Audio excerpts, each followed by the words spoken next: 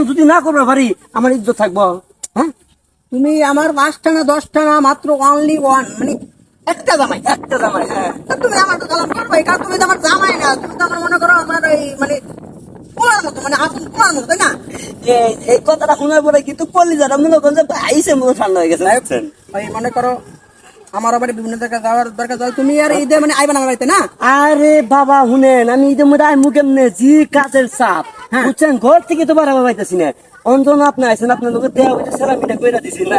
ও আচ্ছা। আসলে কথা কি জানেন, এটা কি? বুঝছি বুঝছি। কারণ 5টা না 10টা না একটা জামাই চিন্তা কষ্ট বাবা বলতাম না। না না। নাও। তো বাবা এটা যে বাড়ি মানে আউট দিকে কোনো দিকে যাবে না। আউট না রাপা, কথা তো হেরে না। আপনি আমার সেরামি দিছেন না। হ্যাঁ। আমি তো মনে করেন যে আজকাল ভালোই কি করতেছি, কি? ফেসবুকে একটা ছবি পোস্ট করলে ভাইরাল হয়ে যায়, বলো তুমি বানাই। তো তুমি তো আমার অনেক প্রশংসা হয় তোমার নিয়ে, কারণ বিভিন্ন জায়গায় গেলে বা আমি জামাই যে ব্লগ বানায়, মানে খুব আমার খুব প্রশংসা হয়, জামাই খুব প্রশংসা হয়। আব্বা, হ্যাঁ, সিনেমাটা কিনা দিচ্ছে, খারাপ আছে।